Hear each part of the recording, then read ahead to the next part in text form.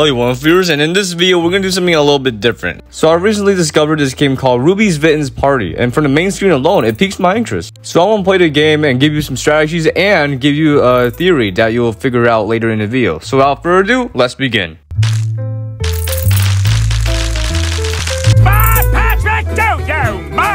So the first thing we do in the main game is gamble our way into the main game. Yeah, you heard that right, gambling. I'm actually familiar with gambling myself, so I'm kind of a veteran. So once you get the coin, you will be able to get into the game.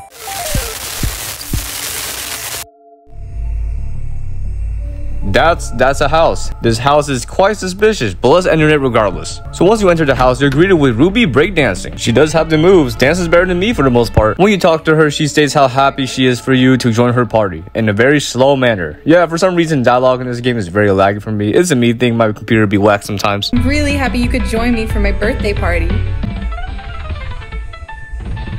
After that, she tells you to meet her family. Hey look guys, this is the Ruby family. What's going on with the green one? What you staring at? After that, the party begins, but she wants to start off with dinner first. Aw, crud. Soon you will wake up in the closet with the forgotten Vitten, explaining how she essentially becomes feral when she becomes hungry. Also, she likes to play with her food. That's fun. That's exactly what I needed to hear. So essentially, the main goal of this game is to find 6 Vittens while being hunted by Ruby. At first, it was pretty scary, but Ruby walks so slow you can easily just walk around her depending on the room you're in. You also have this heart monitor to track your beat, which increases wherever you're nearby Ruby or running. There's also this feature where it flashes green or red, green meaning you're good to go, and red meaning you have to stop while it's on the screen. So if you're running and it suddenly turns red, you won't immediately die. It took me a while to understand that.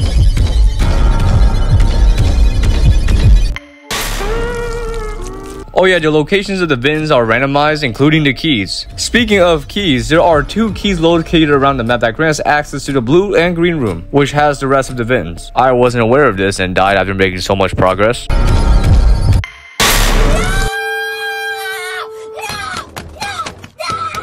But after a couple tries and strats, I was able to gather all the Vittens and tour the house. Yeah guys, it was my only downtime in the house. Then I entered a mysterious room that had, well, it seems we have a bunch of dead Vittens. After grabbing the black key, you're able to escape the house, completing the game. Hey, I see you, Ruby. You ain't slick. Now that we're done with the main game, let's talk about the strategies that I use for the game. A strategy that I use is to really rely on the corners of the room, especially in the living room. It helps you look out for Ruby when she spawns, and when she spawns in the living room, it's best to slowly walk backwards to slow down your heartbeat and to keep track of her. I also highly recommend knowing where she spawned, as it helps you space out and maneuver through the house. And that is all I have for strategies, so let's move on to the theories. This man must have a death wish.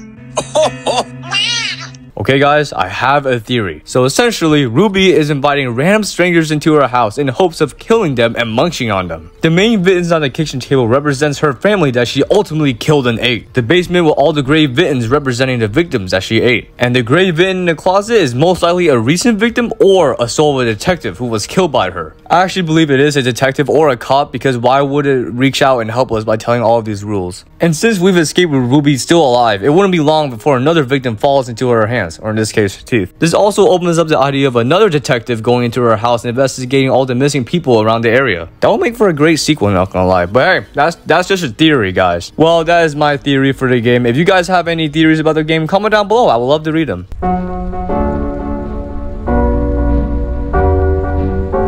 Well, that is all for this video. Vitten's Party is a really fun short horror game, and I recommend you play it if you have the time. If I had to give it a rating, I would have to give it a 8.5 out of 10. Well, that's all for this video. Hope you guys enjoyed. The game link is in the description if you want to play it for yourself. Like and subscribe, and I'll see you soon.